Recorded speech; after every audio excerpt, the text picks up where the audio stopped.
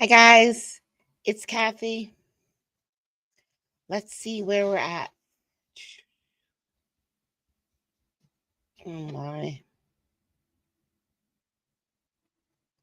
No, we're not halfway. Okay, we did that one. I know it looks like we didn't, but we did. I'm pretty sure we did. We did. So we're here. Back on the record in the Simpson matter. Defendant's again present with his counsel, Mr. Shapiro, Mr. Cochran, Mr. Douglas, Mr. Bailey, people represented by Ms. Clark, Mr. Darden. Matter is here for motions to quash certain subpoenas, and the court has also issued its ruling regarding the renewed Pitchess motion, which should be pretty much self-explanatory. And Mr. Douglas, Ms.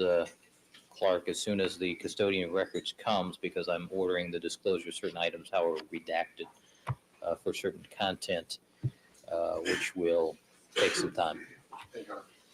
All right. I anticipate, however, that we'll be with Detective Lang and Mrs. Goldman perhaps for the morning session. All right. All right, let's proceed then to the motions to quash subpoenas.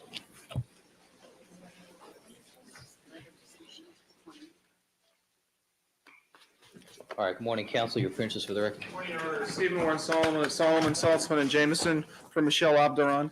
Good morning, Your Honor. Melvin Douglas Sachs for Kathy Rando. And in color, full color. All right, counsel, who wishes to go first? I'll begin, Your Honor. All right, good morning, counsel. May it please the court. We as citizens do not give up our rights because Mr. OJ Simpson or anyone else is accused of a crime in this case. My client, Michelle Abdaron, is not a defendant in this case, is not accused of any crime, is not involved in any wrongdoing. She's only listed as a witness for the defense in this matter. My client was a housekeeper for Mr. Simpson's family in 1988 through 1990, from 1990 through to back through up into and including the early part of 1994. Thereafter, she left the Simpson employment, went to work in a residence in Beverly Hills as a housekeeper. The district attorney's office, in its present form of this subpoena, if left untouched, would allow anyone at any time to get anyone's records. Let me look at the approach that the DA has taken in this case. First of all, Your Honor, on November 10th, they issued a subpoena. The subpoena was from November 1st, 1994 through February 10th, 1995. As the court can see from those dates, the commencing part of the subpoena was 4.5 months after the homicide. The subpoena was returnable on the 24th in this courtroom. As required by civil law, since the motion to quash is civil, counsel and my firm filed a motion to quash on the 23rd. We filed a declaration of my client and supporting points and authorities. This court issued a minute order sealing those records, and those phone records have not been turned over to the police department or the DA. They're presently under seal before this court. The declaration in question, Your Honor, as seen by the first board, indicates that the materiality is, quote, filed by the DA, necessary to prove the charges filed against the defendant. That statement, Your Honor, does not comply with CCP 1985 or 1985.7. There is no factual showing of materiality. What I'd like to do with the court, there are three key cases. We filed extensive points and authorities. I can only comment that the district attorney's office has not filed any points and authorities in opposition to the law on the subject. The first case I'd like to go into, Your Honor, is People versus Schmidt. In the Schmidt case, the defendant was on trial for conspiracy, grand theft, and other matters. The district attorney in that case filed a motion to suppress subpoenas issued by the defense. The court, in affirming the trial court's quashing, indicated, and it's shown here on the first board, Your Honor, quote, the allegations of defendant's affidavits were wholly insufficient to show what material facts, if any, would or could have been proved by the documents sought to be produced. And then the court, on the next page, sustained the quashing of it. The key case, Your Honor, is Johnson versus Superior Court. In Johnson versus Superior Court, The language was, quote, necessary to prove the allegations in the case. And our language is, quote, necessary to prove the allegations of the defendant. The Johnson court said, no good, sustain the quashing. Now, subsequently, in the Pacific Automobile case, Your Honor, the Court of Appeals said that subsequent facts adduced in court are not sufficient basis to be used to support the subpoena duces taken. Now, what has happened in this case, Your Honor, yesterday morning around 9 o'clock, I received by fax from Ms. Lewis a supplemental declaration alleging some, quote, new facts that they're now trying to use to bootstrap the subpoena that was issued some weeks ago. Under the Pacific Automobile case, that authority does not allow for that, Your Honor. Now, I note, Your Honor, that has the court received the supplemental declaration? No, I have not. Oh, Your Honor, I filed that yesterday morning. I'm sorry that it was not given to you. Not in my notebook of items. Your Honor, I believe the court would benefit by reading that before. Let me check with Mrs. Robertson. Mrs. Robertson, do we have the supplemental declaration in support of the SVT?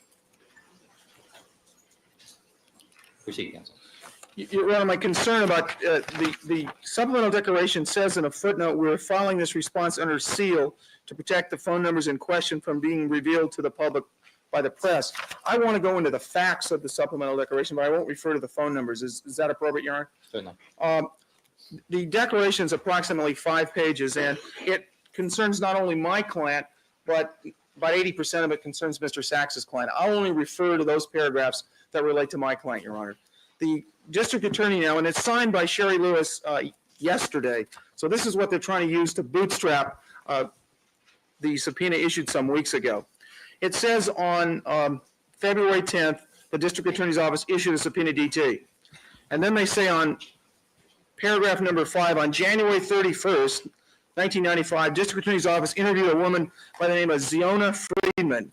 Ms. Friedman is a maid who currently lives in West Hollywood, and I'm leaving out the addresses and phone numbers. It says over the 8-year period prior to the murders in this case, Ms. Friedman was regularly called by the defense maid, Michelle Oberon, to help her at the defendant's Rockingham estate. And then they talk about some work that maid does. On February 8th, 1995, Ziona Friedman was interviewed a second time at the district attorney's office. During that interview, she supplied many additional details of information she says Michelle Oberon, which is my client, Your Honor, told her regarding the 1989 spousal abuse incident between the defendant and Nicole Brown Simpson. And then the only thing left in there regarding to my client is paragraph 8C. Ms. Friedman said she talked with Michelle Oberon by telephone almost every day. One of the things Michelle told her was that Michelle had a lawyer, Tuit Shapiro. Michelle had not called Friedman in a week, the week prior to February 8th. Ms. Friedman was very worried and scared about that since she was accustomed to Michelle calling her every day. Then the only other thing in the declaration related to my client is, quote, the telephone records of my client are necessary to aid in assessing the credibility of Ms. Friedman by aiding in determining the extent of her contact with those witnesses. What we really have here is a lot to do about nothing in regard to Ms. Friedman. If they want to see who Ms. Friedman talked to, they can look at Ms. Friedman's telephone records, and they do have a subpoena out for that. The subsequent declaration, Your Honor, doesn't have any legal effect in terms of the subpoena that was issued some month ago, and that's the specific case. It's also interesting, Your Honor, that the staff of the district attorney's office has not responded to any legal authorities set forth by myself or Mr. Sachs. And what you have to balance here, Your Honor, is my client has a right to privacy of association. Who she calls on her own phone, her friends, and what she does is her own business. She is not a defendant in this case. She is not accused in this case. She's not involved.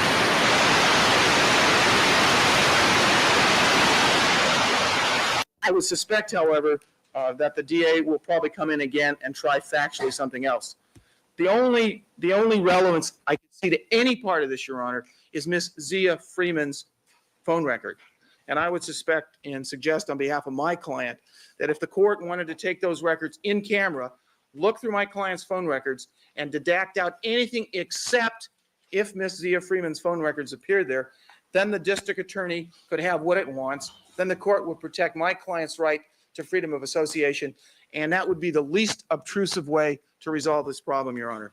And unless the court has any suggestions, I would submit that that would be the best approach to protect my client's right and give the government what they want, but not open this up to allowing anybody at any time to look at any phone records. Because based on what they have done here, I suspect the defense could take every prosecution witness and request all their phone records, and the prosecution could take every defense and request their phone records.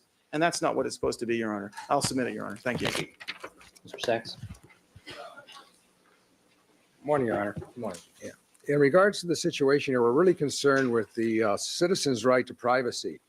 And in dealing with the issue as to why my client objects, as any citizen has a right in California to object to anybody looking at her residential telephone records, is because this legislature in the state of California, when they enacted 2891 of the Public Utilities Code, they made a finding that it was of paramount importance that the residential telephone records of all our citizens in this state are accorded the right to privacy.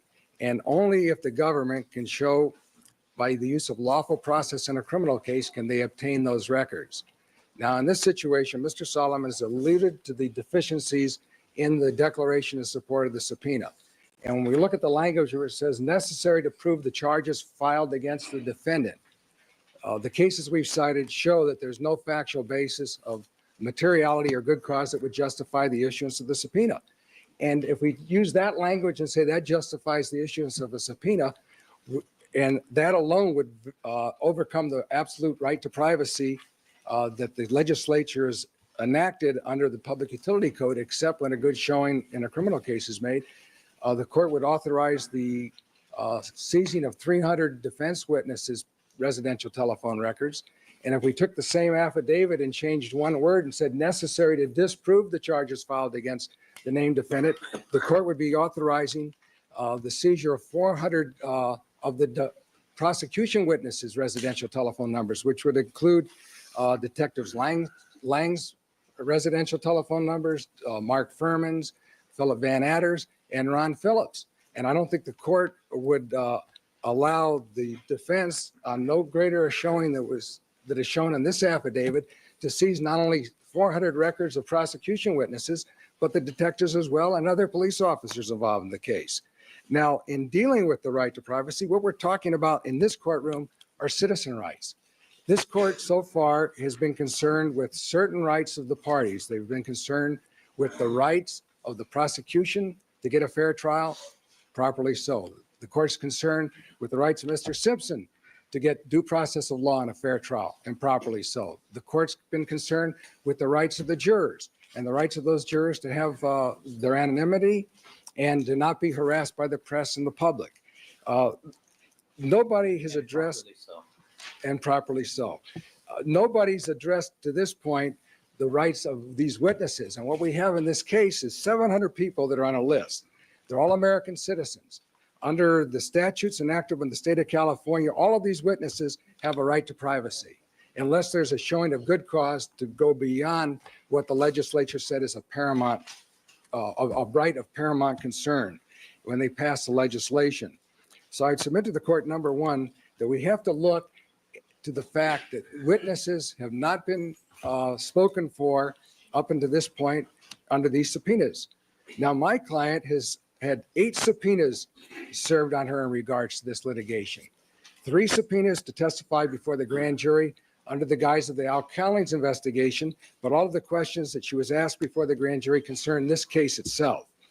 Since she went to the grand jury, she's received 3 other subpoenas to testify in this case, one of which she was on call for over 3 months before she was released. She's also received, in addition to those 3 witness subpoenas, 1 other subpoena ducis tecum that required her presence, and these 2 subpoena ducis tecums for telephone records. The one being litigated today, and there was another one that was previously issued in July, but she had no counsel at that point. No opposition was raised.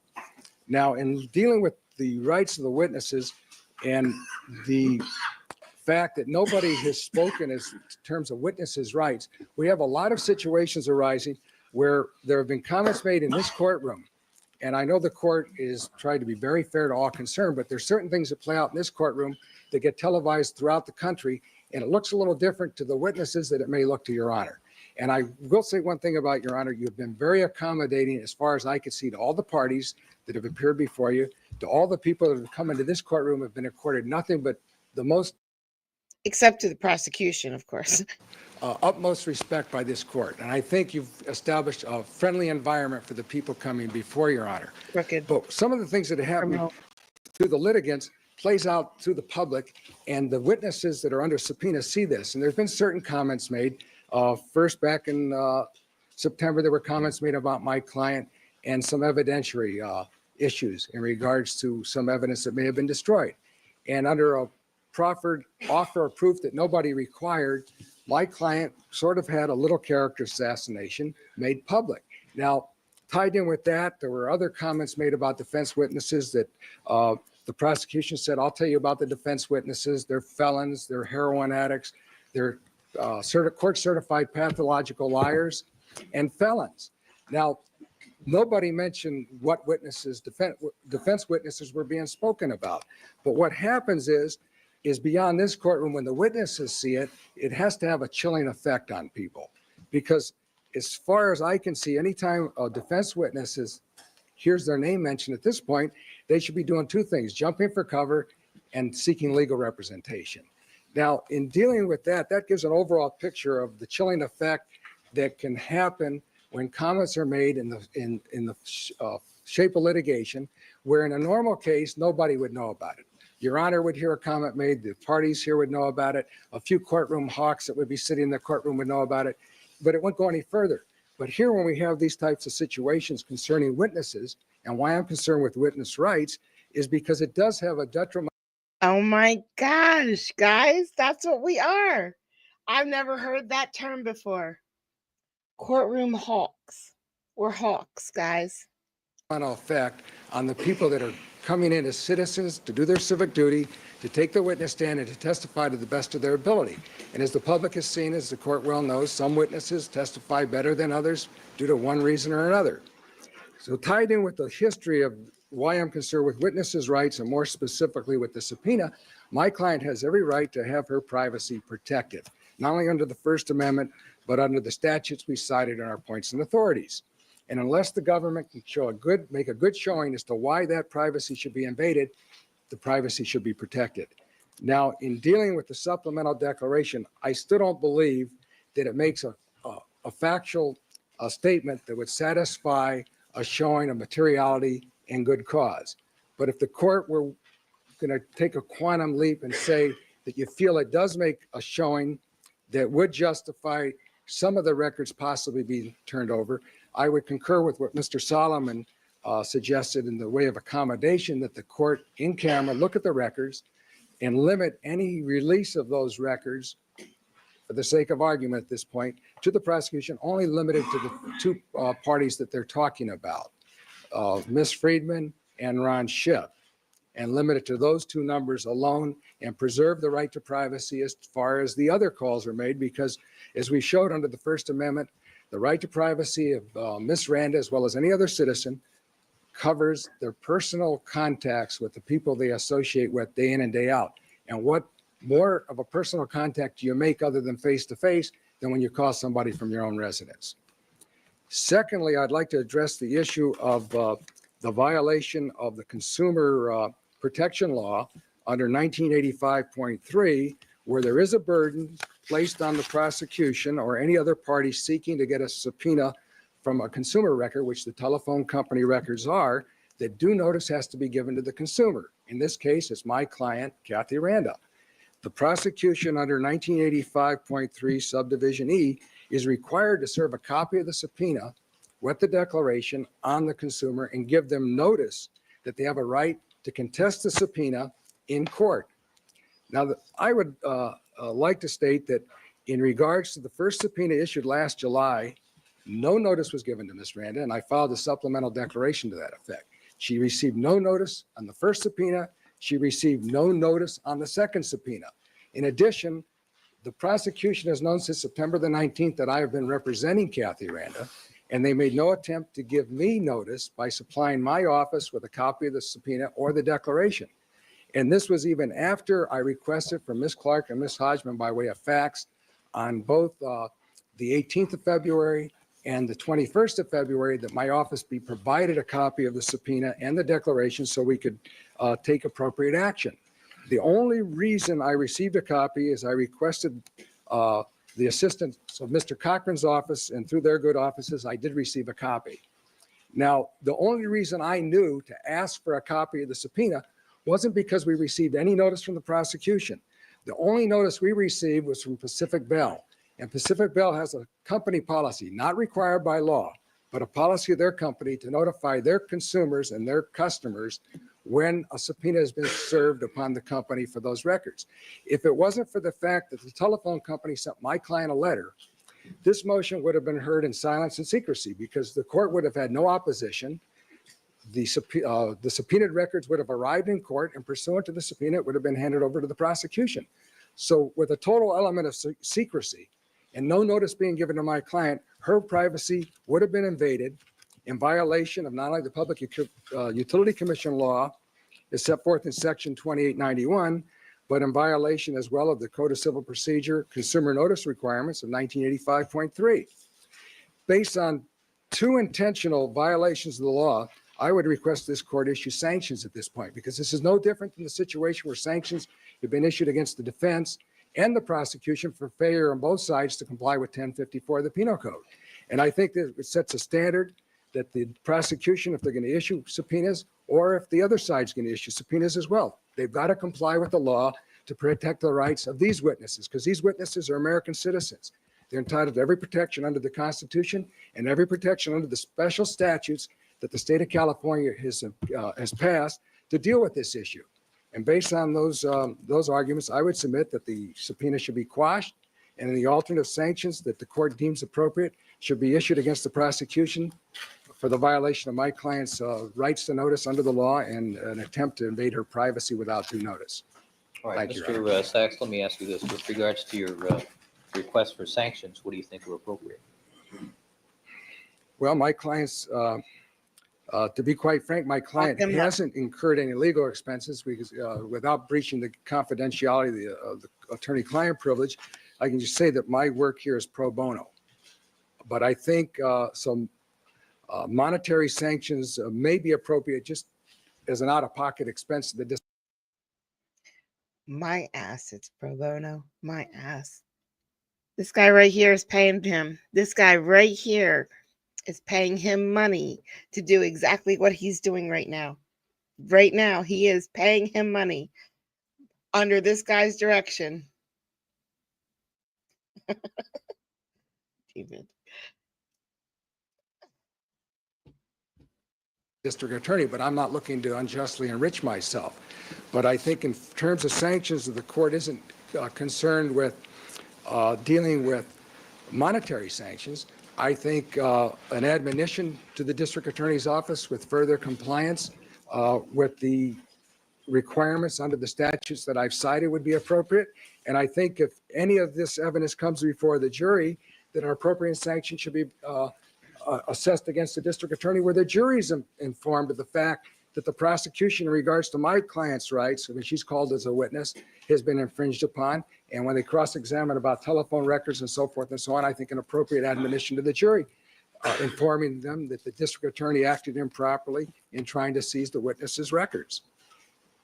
And I think it's something that I would ask the court to heavily consider, and I don't think it should be taken lightly. And it sets the standard as this case commences down the line that the either party issuing subpoena duces tecums that would fall within the purview of this statute or some other right to privacy being invaded is complied with. Because I think all the witnesses should feel as comfortable as possible coming into this courtroom to testify. I said it once before in another forum that the only people that like coming into this courtroom are the people that work here. Your Honor, the attorneys, the court staff, we do this for a living. We're used to what goes on here day in and day out. But the average citizen that's called upon to come through these doors and take that witness stand does have a lot of apprehension because they can see what happened to Rosa Lopez, whether it's good, bad, or indifferent. It was 4 days on the witness stand. Detective Lang's been on the witness stand for a long period of time, but there's a little compensation in his regard. He's more or less a professional witness because with his job, over the years, he does testify on a normal basis.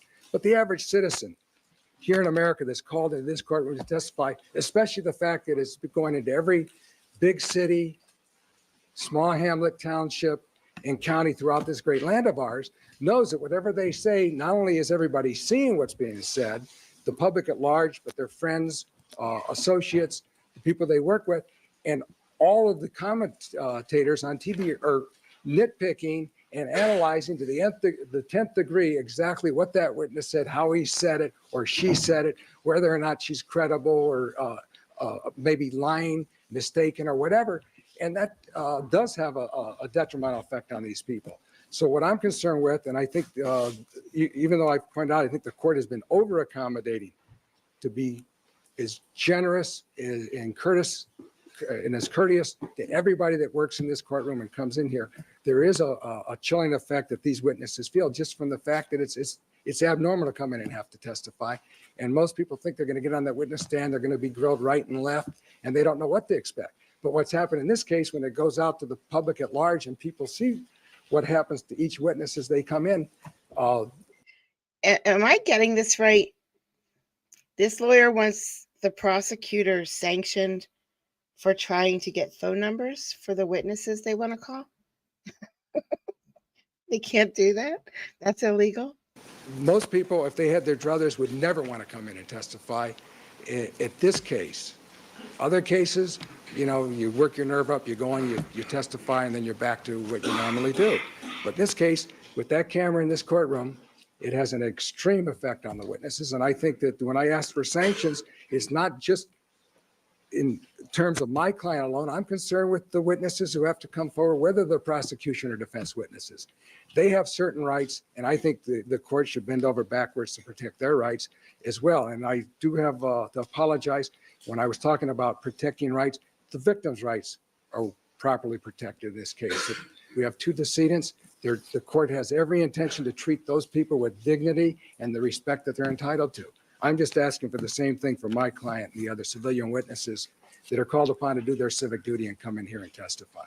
All right. Thank you, Mr. Sachs. You're welcome, Your Honor. Ms. Lewis? Morning. Good morning, Your Honor. Thank you. First of all, Your Honor, I think we need to back down a little bit from some of the rhetoric and see what the scope of this particular hearing is.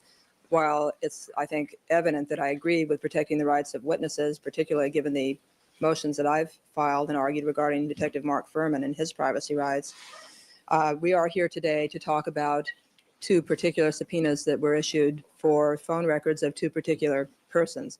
Michelle Abduran, who was the defendant's maid for many years over in Rockingham, and Kathy Randa, who was the defendant's administrative assistant for probably 20 years, something like 20 years. Now, what concerns me, Your Honor, is that the court has not yet read the supplemental declaration that I filed. As Your Honor knows, the district attorney's office issues thousands of SDTs per month throughout the county for records of all sorts, including phone records.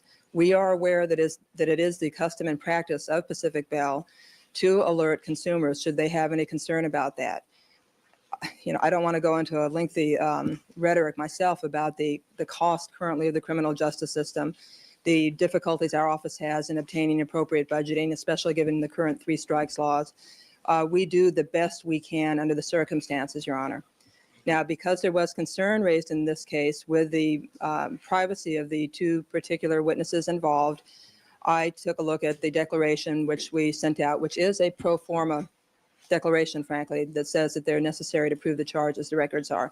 That's something that our office routinely puts on subpoenas, as I'm sure Your Honor is aware. And to take the time in every case and every type of subpoena for records to have to detail the reasons for it would require substantial additional time on the part of DAs handling all these cases for which we issue these thousands of subpoenas. But Your Honor, because the privacy concerns were raised, I did I set forth in detail the reasons why we indeed subpoenaed these particular records. And the timing is self-evident. We are not trying to manufacture facts later. These records were subpoenaed on February 9th and 10th, and they followed our second interview of Ziona Friedman, which was on February 8th. That lady is also a maid, and she was a maid who Michelle, the defendant's maid for approximately 8 years, called regularly to assist her when the defendant was entertaining. She's also someone, Michelle and Ziona Friedman were close together, and in fact, their records were subpoenaed on the same SDT.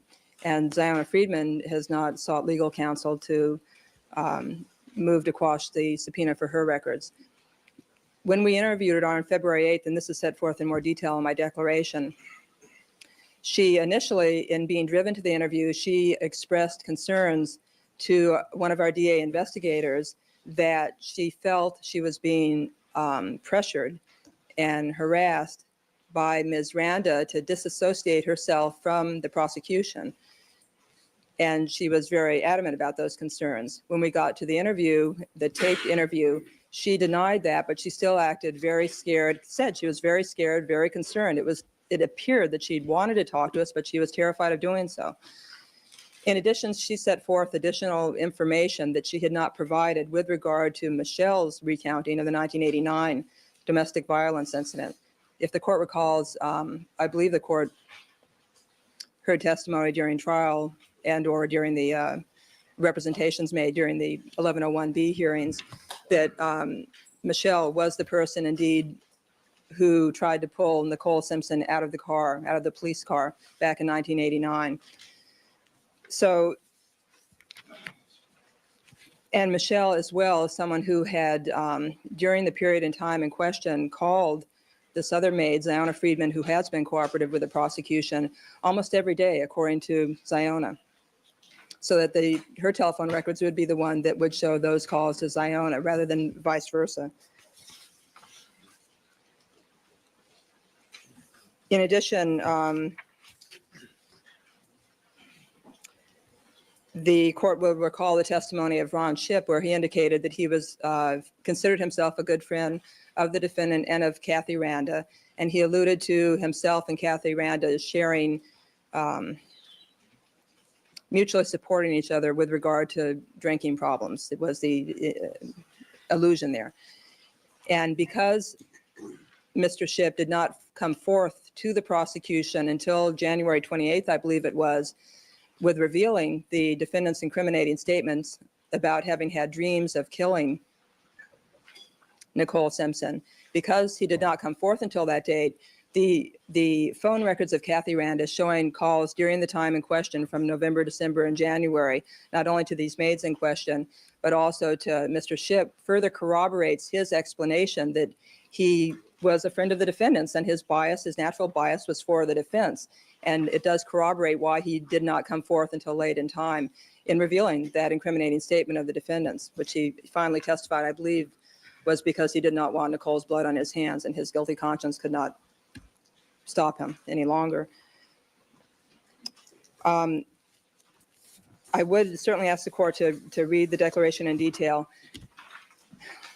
What we have is a situation here, Your Honor, where let me make mention of one other thing. Ms. Randa was notified with regard to her phone records, which were obtained earlier by Pacific.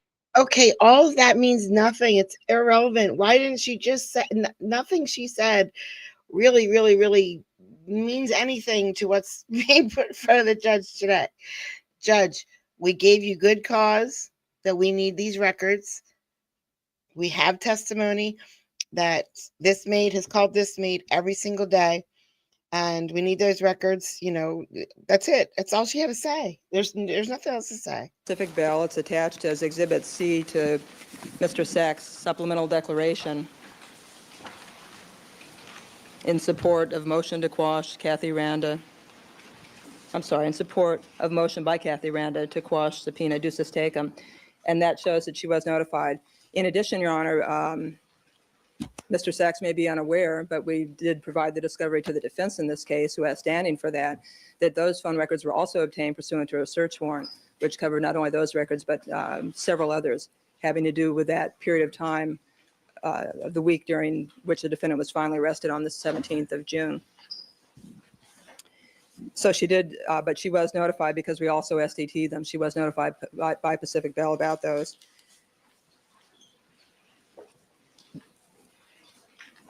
We are here at a point in time, Your Honor, where these witnesses have had notice now. They've have started to say hired, but I guess not hired. They do have attorneys. They have attorneys who have filed points and authorities on their behalf. The court, I believe, has the records before it.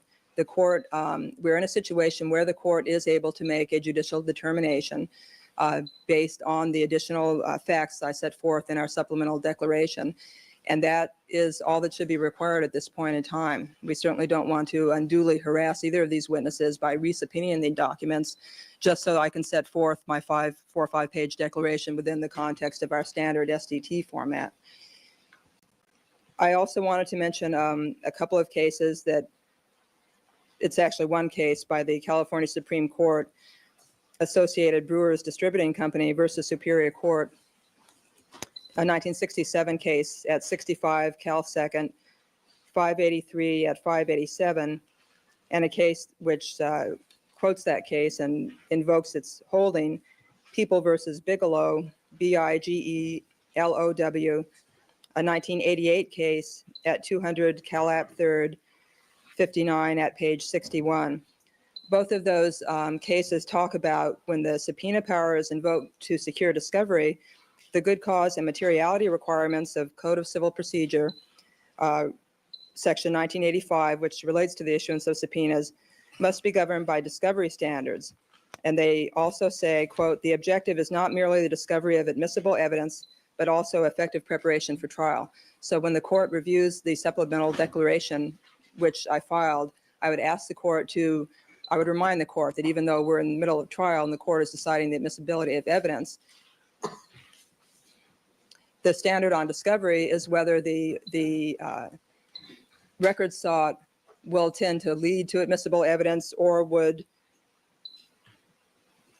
enhance the effective or allow for the effective preparation for trial. So, Your Honor, while Mr. Sachs talks about the rights of 300 witnesses or so forth, we had She finally said what she needed to say. All right, that's enough. You said it.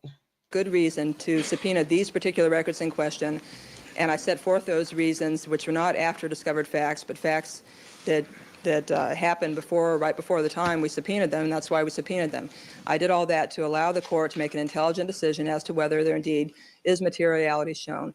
And in addition, I don't think I mentioned in the declaration, but of course, these records are not available from any other source, and that's always one of the reasons given why records are necessary from a particular source. So I would want that in the record as well. Of course, these phone records are not available from any other source that we're aware of.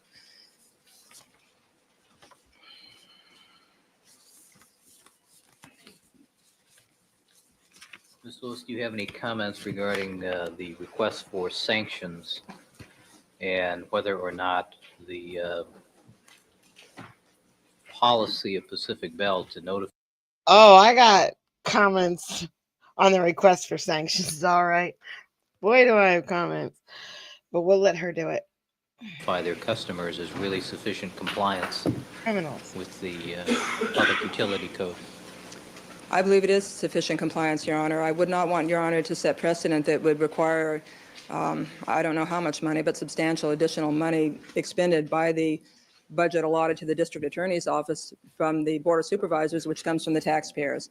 Because if we were required to notify the consumer in every case, that would substantially increase the expense to the district attorney's office of having to do so, and especially given our knowledge that it is Pacific Bell. Wait. I don't understand. I got confused right then and there. Are they asking for sanctions because they weren't notified by the prosecutor? Or are they asking for sanctions because the prosecutor tried to subpoena the records? Because they were notified. They weren't notified by the prosecutor, but they were notified.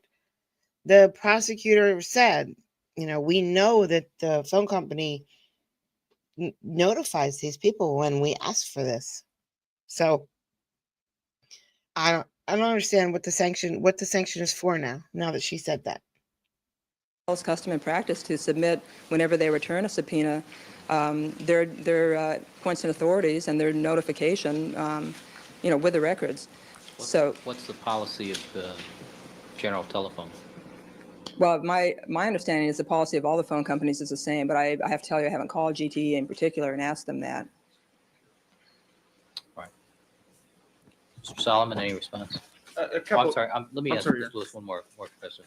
Ms. Lewis, both Mr. Solomon and Mr. Sachs have suggested that, assuming the worst-case scenario, that I find that there is some materiality and that rather than require you to reissue a subpoena with a 5-page declaration in support, that they're recommending that the court review the phone records in camera and redact those records just to reflect the phone calls between the persons that you've indicated are material, rather than allowing the prosecution unfettered access to the complete phone records of Ms. Randa and Ms.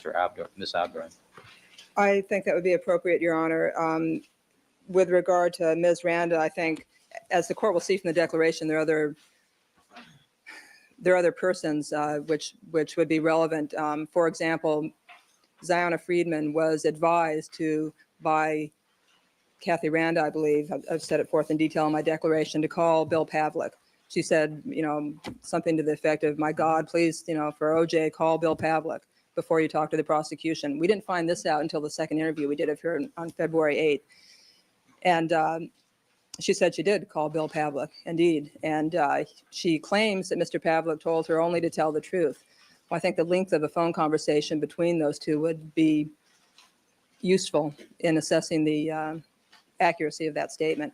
So, and she also indicated that she called AC Cowlings. All right, Ms. Lewis, forgive me for interrupting you, but my specific question, though, is that would you accept that a redacted phone record rather than the complete phone record that you subpoenaed?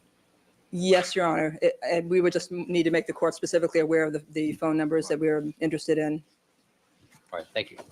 Mr. Solomon. Yes, Your Honor. I've never heard of the largest, I guess, public law firm in America saying that they don't have the time, effort, ability, or staff to fill out a subpoena duce taken appropriately. If in the civil court, I had done what the district attorney had used and come in and said, well, we don't have the staff to do it, they'd be looking for me to do another job, Your Honor. You can't delegate the functions of subpoena DTs to one line. You've got to use the appropriate language to protect people. Now, I'm not worried about the rest of the world. I'm worried about my client. That's all I represent here. Now, I've heard no justification other than this is the way we've done it for years. Well, the consumer notice requirement, they don't even give. 1985.3 is mandatory, not on the telephone company, but on the government who was ever attempting to issue the subpoena. I've heard no justification for the court not to impose sanctions. And the question you asked, Mr. Sachs, is what kind of sanctions to impose? Well, first of all, it should be payable to the court, not to cancel. And second of all, it should be appropriate with any other type of sanctions that this court has given in the past, either against the prosecution or the defense, and whether or not you admonish the jury is something that's not really an issue, I think. I think it should be a financial sanction to impose upon both the prosecution and anybody else who appears in this court that if they're going to subpoena records of people, you better comply with the law. I would also comment that the comments made by Ms. Lewis regarding who said what to where, et cetera, is all hearsay declaration by Ms. Lewis. There is no declaration in this court, in this case, for these subpoenas by any of the investigators or by Ms. Clark, who was in the interview. It's by Ms. Lewis, who heard it from X, Y, and Z. So we have a trail of hearsay here. And also in regard to my client, they're not asking for records when she was there, Your Honor. They're asking for records from November 1st through February 10th, some 4.5 months after the incidents. In spite of all that, we'll still go along with a redacted version to save us from coming back here again. But I think, as Mr. Sachs indicated, it is appropriate in this case to sanction the prosecution. Thank you, Your Honor. Thank you, counsel. Mr. Sachs, any brief response? Yes, Your Honor. In response to the declaration itself and what we've heard is hearsay on hearsay, we're not here to litigate the truthfulness of that declaration. It's just whether or not that declaration would suffice as good cause. My client categorically denies any allegations of wrongdoing made against her in that declaration. But in dealing with the position of the district attorney's office, my law office doesn't have $125 or $150 million a year budget. And yet I find time to draft a declaration in support of a subpoena ducis tecum as an attorney practicing by himself. I can't understand why attorneys claim that they don't have the money when all it does is take time and effort to properly draft a document. I think the court, if they want to brief on something, you expect an issue to be fully briefed by both sides. and not to get sloppy lawyering in the process. Now, in addition to the sanctions situation, I think Ms. Lewis missed the point. She's telling this court that sanctions shouldn't be imposed because of the policy, the company policy of Pacific Bell. My client did get notice. Well, my client got notice that there was a subpoena, but she never got the subpoena. And it's not the requirement under the law for the Pacific Telephone Company to give notice to their subscribers. They do that as a courtesy, but if they stop that courtesy tomorrow, who even gets any notice that they're holding a subpoena for those records?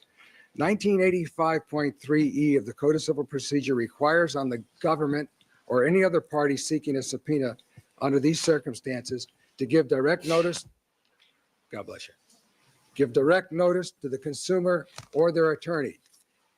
The district attorney didn't stand before this court and say, in the future, we're going to give notice to the witnesses. She said, we're going to rely on Pacific Bell to continue with the company policy.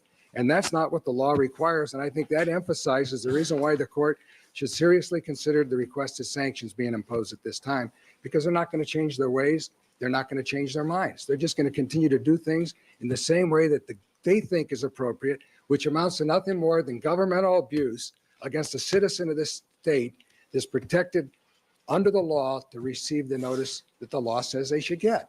And to do otherwise is a violation of the law. And to stand before this court and say we're going to continue to do the same old thing because we don't have a 32-cent stamp to send out the subpoena to Ms. Randa or her attorney is the basis of which they're stating they're going to continue to not comply with the law.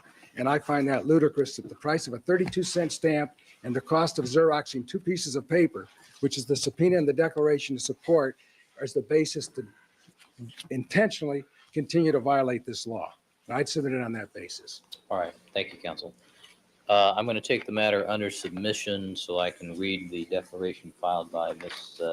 Lewis, and I will issue a written ruling. All right, thank you, counsel. Just for the record, I read the transcript of the interview with Zayona Friedman, and I listened to the other taped interview, so it's not hearsay upon hearsay upon hearsay. Thank you, counsel. Record should also reflect that it's GTE that responded, not Pacific Bell. All right, I'm going to need to take a brief recess. We have the custodian of records here from the LAPD that I need to chat with on the record in chambers. So we'll take about a 15-minute recess.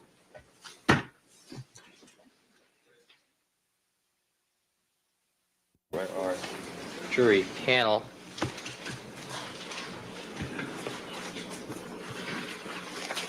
Ladies and gentlemen, good morning.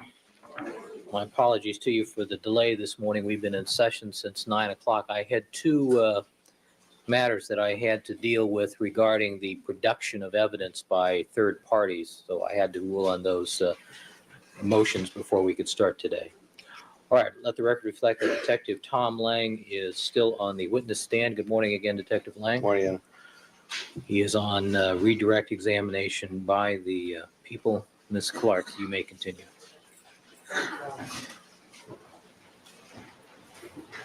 Good morning.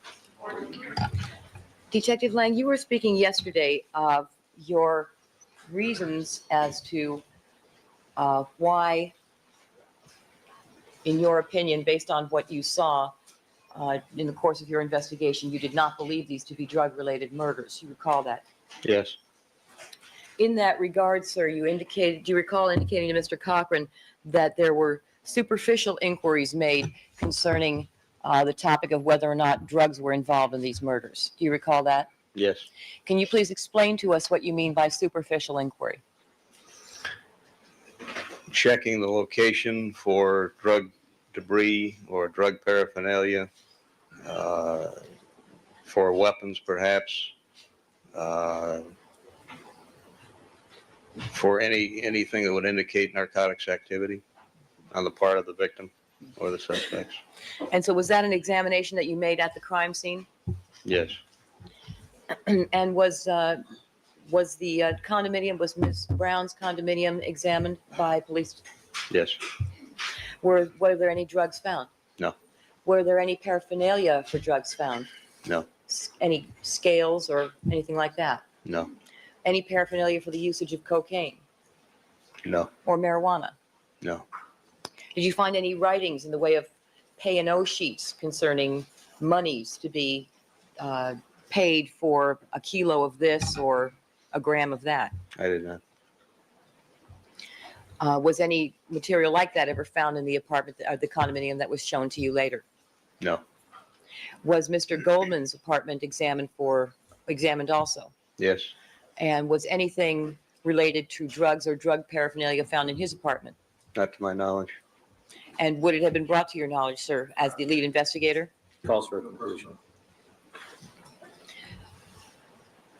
Was the evidence was the apartment findings made in the apartment of Ron Goldman made known to you, sir? Yes. And was anything made known to you concerning the search of his apartment? Complete the question. Let me start another one, Ron. Were any drugs or drug paraphernalia seized from Mr. Goldman's apartment, sir? This is the basis of his opinion. Ladies and gentlemen, this information is limited only to the state of mind of this detective. It's not necessarily true. It's his state of mind. Thank you. Ms. Clark. Not to my knowledge.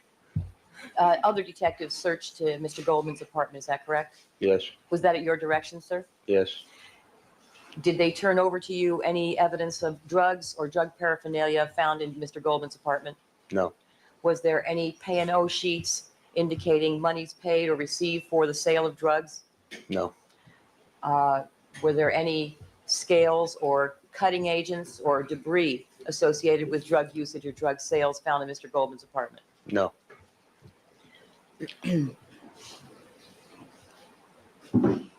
And is that, did you complete your answer with respect to what you meant by the superficial inquiry? Is that what you meant? Sustained. Did you have anything further to add? I don't know if I cut you off, sir.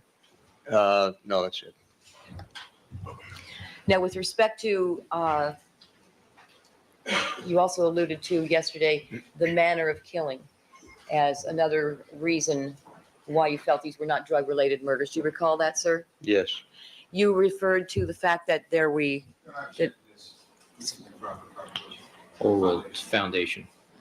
you For that referred to the question, fact that in your experience, it's usually firearms, guns that are used in drug-related murders. It's been my experience, yes.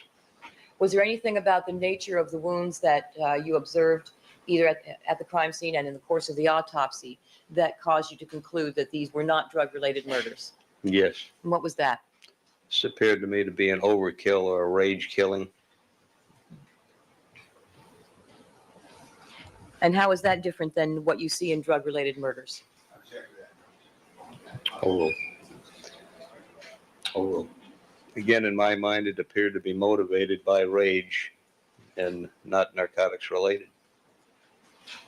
In narcotics-related early cases, or what kind late? of wounding do you typically see as compared to this case? Oral. Generally, you would see a gunshot wound is what I've saw normally. I'm sorry? Normally a gunshot wound.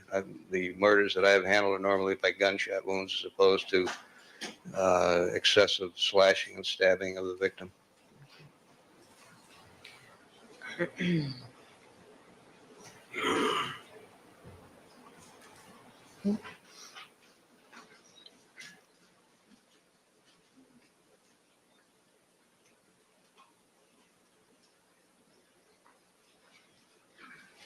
All right, I believe that on cross-examination also you discussed with Mr. Cochran the possible order of death, whether Nicole was killed first, whether Ron Goldman was killed first. Do you recall that? Partially, I don't recall testifying to an order. And what is your opinion in that regard, sir? As to who was attacked or died first, Yes, from the evidence, I really can't tell. could be either one. Could be either one.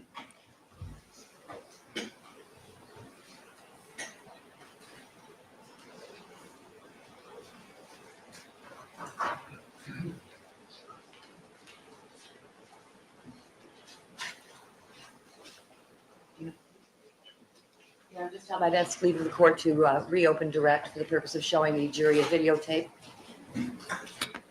All right, proceed. Let me just instruct the jury what that means.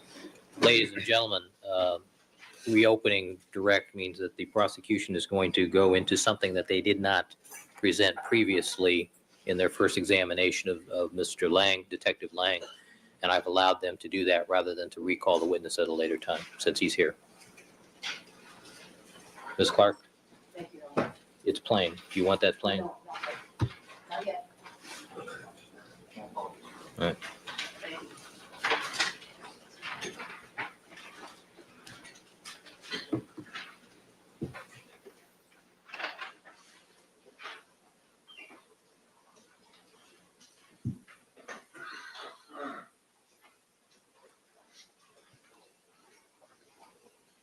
Sir, I'm showing you a photograph that's been previously marked as People's 57.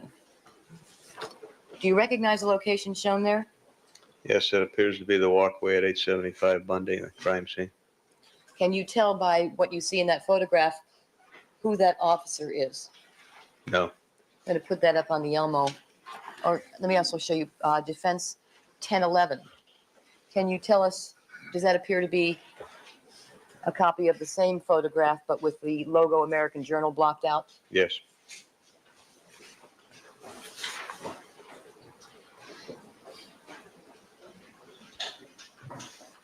Dude, I hear there's some on the banister at Rockingham if you want some. Ben and Jerry's.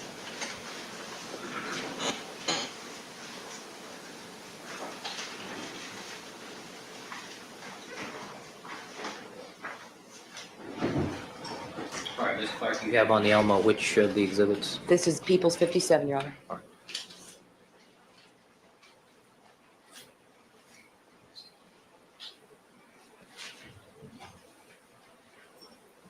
All right, sir. Now, can you tell us at what time the crime scene in this case at 875 South Bundy was broken down?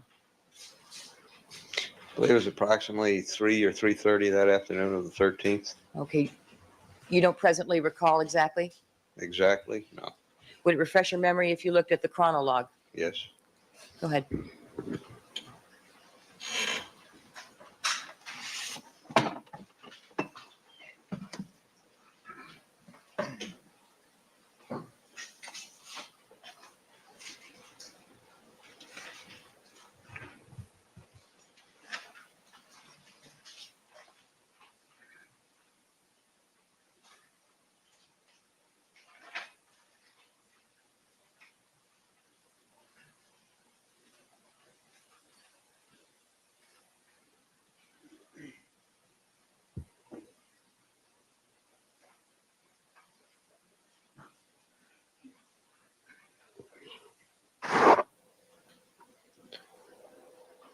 Last entry shows 3:45 p.m. Now, after the crime scene tape is taken down, what is the significance of that? What does that mean? That the crime scene in effect has been broken down and that the investigators and the officers involved are leaving at that time. And does that then permit people to walk inside where the crime scene, the area where the crime scene tape had been previously blocking off? Well, there'd be nothing to prevent that. Is there anything improper at that time for police officers then to walk inside the area that had previously been blocked off by the crime scene tape? No. Can you tell by looking at this photograph, sir, whether the crime scene tape has been removed or not? No.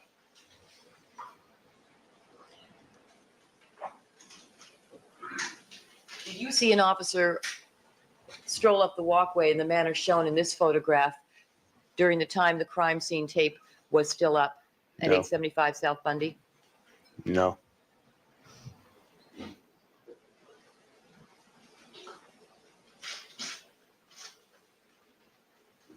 The following videotape, I'd ask you mark People's next in order, People's 101. 101.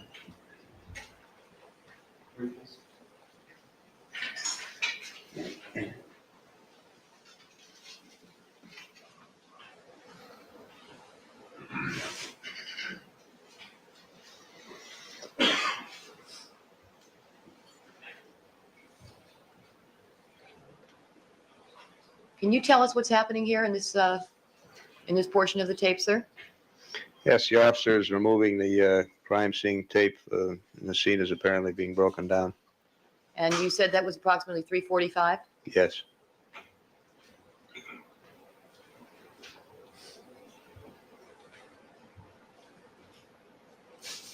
Then at this point, the crime scene tape has been removed. Yes.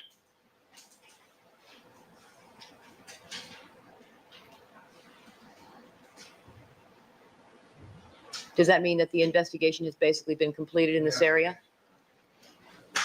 Misleading. So what does that mean with respect to whether or not the crime scene investigation, or the status of the crime scene investigation in this area? Oh, At this particular time, it's been concluded.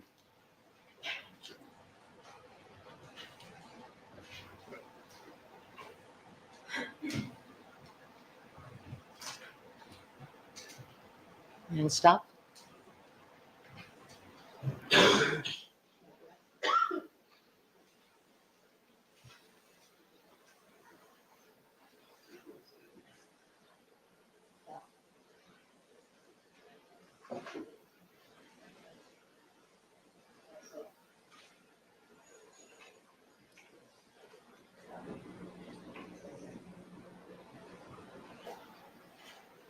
I'm going to show you again People's 57 and the Defense 1011 and ask you if these appear to be a still frame taken from the video we're now looking at that's been marked People's 101. Does appear to be a still of that video, yes.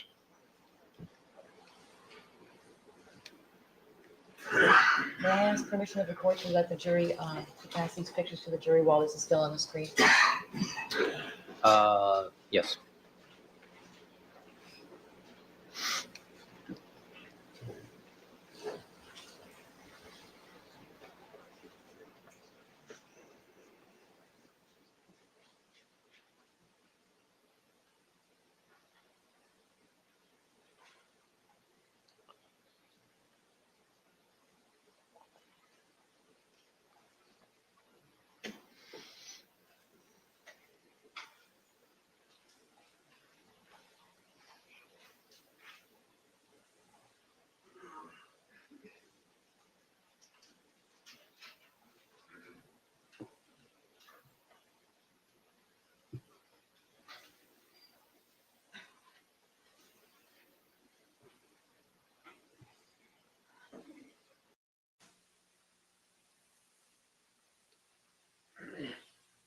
Right, sir. And at the time then, oh, I'm sorry.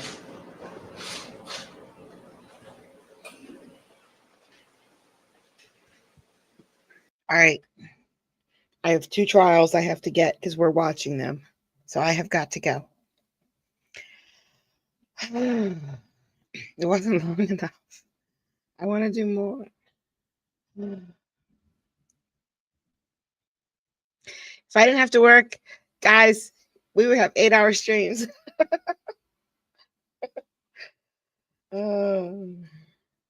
Thanks for coming out, guys. I appreciate it.